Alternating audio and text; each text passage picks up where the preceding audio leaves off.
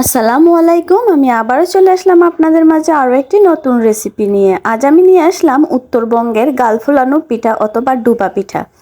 দেখুন পিঠাটা কিন্তু কত সুন্দর এবং কতটা ফুলকো ফুলকো হয়েছে। আপনারা যে কেউ এই পিঠাটি বানাতে পারবেন। এই পিঠাটি কিন্তু উত্তরবঙ্গে প্রচুর প্রচলিত, আর এই পিঠাটি যে একবার মনে করেন খেয়েছে অথবা বানিয়েছে সে কিন্তু আর কখনো ভুলবে না এই পিঠার টেস্ট। দেখুন আমি আপনাদের গ্যারান্টি দিতে পারি, গাল ফুলুক বা না ফুলুক আপনার পিঠা কিন্তু ঠিকই ফুলবে। দেখুন কতটা ফুলকো ফুলকো হয়েছে। এই গাল ফুলা পিঠা অথবা ডুবা পিঠা তৈরির জন্য দেখুন আমি এখানে নিয়ে নিয়েছি একটা মিক্সিং বল। তার মধ্যে দিয়ে দিলাম 2 কাপ আটা, তারপর দিয়ে দিলাম হাফ কাপের চেয়েও একটু বেশি সুজি, তারপর দিয়ে দিলাম 3 থেকে 4 চামচের মতো গুঁড়া দুধ। গুঁড়া দুধটা দিলে টেস্টটা বাড়বে, ভালো লাগবে খেতে। তারপর দিয়ে দিলাম স্বাদ মতো লবণ আর দিয়ে দিলাম চিনি পরিমাণ মতো, যে যেমন মিষ্টি খেতে পছন্দ করে। আমি এখানে হাফ কাপের মতো চিনি দিয়েছি। তারপর সবগুলো উপকরণ একসাথে ভালো করে মিশিয়ে নেব। দেখুন কিভাবে করে আমি মিশিয়ে নিচ্ছি। সবগুলো উপকরণ মিশিয়ে নিয়ে তারপর আমি এখানে অ্যাড করে দেব গরম পানি, কুসুম গরম পানি দিতে হবে। তারপর দেখুন আমি কিন্তু অল্প অল্প পানি দিয়ে ডোটা তৈরি করে নিচ্ছি। এখানে কিন্তু অবশ্যই কুসুম গরম পানি ইউজ করতে হবে, তাহলে কিন্তু ডোটা ভালো হবে আর পিঠাগুলো অনেক সুন্দর ফুলকো ফুলকো হবে। আর সুজি দেওয়ার কারণে পিঠাটা অনেক ক্রিস্পি আর অনেক সুন্দর। 30 মিনিটের জন্য ঢেকে রেখে দিলাম। 30 মিনিট পর দেখুন আমার ডোটা পারফেক্টভাবে তৈরি হয়ে গেছে। 30 মিনিটের জন্য রেস্টে রাখলে ডোটা ভালো হয়, কারণ এখানে যেহেতু সুজি দেওয়া আছে সুজিটা অনেকটাই ফুলে ডবল হয়ে যায়। এখন আমি একটু ময়দা দিয়ে এখানে ডোটাকে একটু মেখে নেব। তারপর হাফ করে নিয়েছি দেখুন।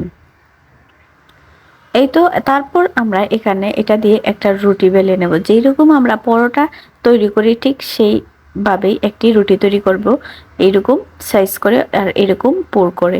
এখানে কিন্তু বেশি মোটা হওয়া যাবে না রুটিটা। দেখুন রুটিটা আমি কীরকম পুরুত্ব করে বানিয়ে নিয়েছি। তারপর আমি দেখুন এই পিঠা কাটারটা দিয়ে এগুলো কেটে নেব।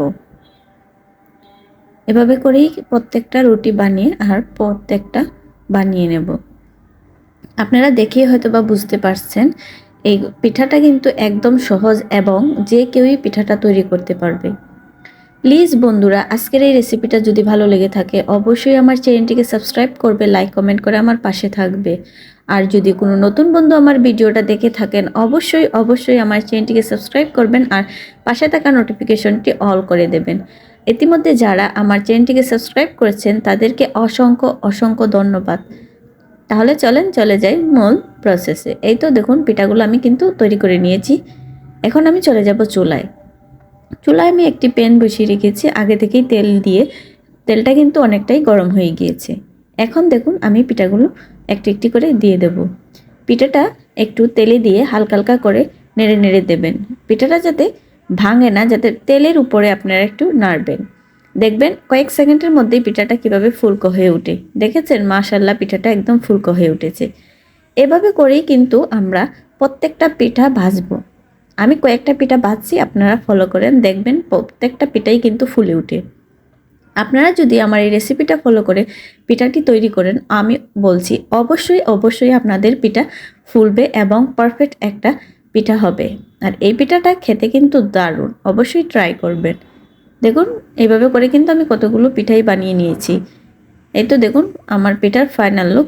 সবগুলো পিঠা কতটাই ক্রিস্পি আর কতটাই ফুলকো ফুলকো হয়েছে। আবারও বলছি যদি আমার এই রেসিপিটি ভালো লেগে থাকে অবশ্যই লাইক অ্যান্ড শেয়ার দিতে ভুলবেন না। I hope everyone like this video. সবাই সুস্থ থাকবেন, ভালো থাকবেন। আল্লাহ হাফেজ।